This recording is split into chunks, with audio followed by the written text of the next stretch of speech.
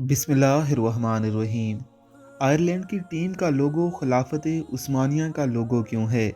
मुसलमानों से भीख लेने वाले ममालिक भीख दे रहे हैं। 1845 में आयरलैंड में आलू की फसलों को शदीद नुकसान पहुंचा। ये बीमारी आलू की फसल की तबाही का बायस बनी और आलू पर ही ज़्यादातर आयरलैंड की गरीब आवाम अपना गुजारा करती थी। और फिर आयरलैंड की तारीख का सबसे बड़ा कहत पड़ा, जो कि 1845 से 1852 ईस्वी के दरमियान रहा। इस कहत से 1 मिलियन से ज़्यादा आयरिश अफराद हलाक हुए।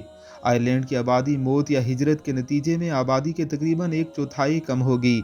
इस वक्त सुल्तान अब्दुल हमीद अव्वल ने आयरिश गरीबों को बचाने का हुक्म दिया। उस्मानी इस्लामी खिलाफत ने कैथोलिक आयरलैंड के गरीबों की मदद के लिए 10,000 पाउंड स्टर्लिंग भेजने का फैसला किया, और ये रकम हमारे दौर में लाखों के बराबर है। मगर प्रोटेस्टेंट बरतानिया ने मुसलमानों को यह रकम अतिया करने की इजाज़त देने से इनकार कर दिया, क्योंकि बरतानिया मलका विक्टोरिया ने आयरलैंड को सिर्फ 2,000 पाउंड स्टर्लिंग का अतिया दिया था, और वो नहीं चाहती थी कि कोई इससे आगे बढ़े। ये हाल नाम निहाद अजीम बरतानिया का है, जिसने दुनिया भर से माल लूटा, मगर जब अपनी आवाम पर खर्च करने की बारी आई तो खिलाफत इस्लामिया से कम दिया और मुसलमानों को अतिया करने से मना भी किया।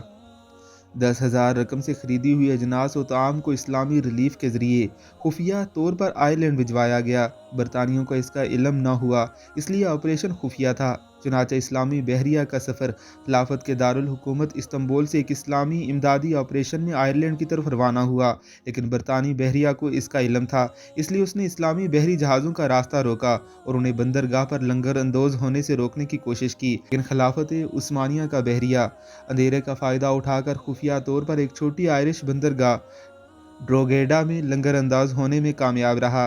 मुसलमानों की इमदाद कैथोलिक अफराद को दी गई। वो हैरान थे कि ये कौन हैं जिन्होंने यकीनी मौत से बचाया, क्योंकि अपने ईसाई भाइयों ने मदद भी कम की और दुनिया को मजीद इमदाद देने से रोका भी है।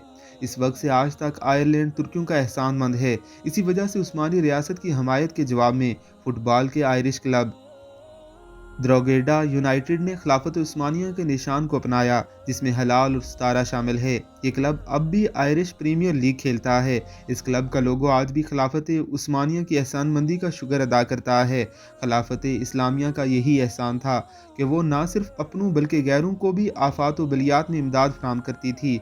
और एक हम हैं कि मुल्क खुद आदाद पाकिस्तान बनने के बाद चरसा हमने अंग्रेज़ों को भी कर्ज दिए, मगर अब हालत ये है कि पैदा होता बच्चा बल्कि माँ के पेट में पलता बच्चा भी मकरूज है। निज़ाम इलाही कानून कुरानी को छोड़कर जिल्लत ही मिलती है, अजमत का निशान तक बाकी नहीं रहता।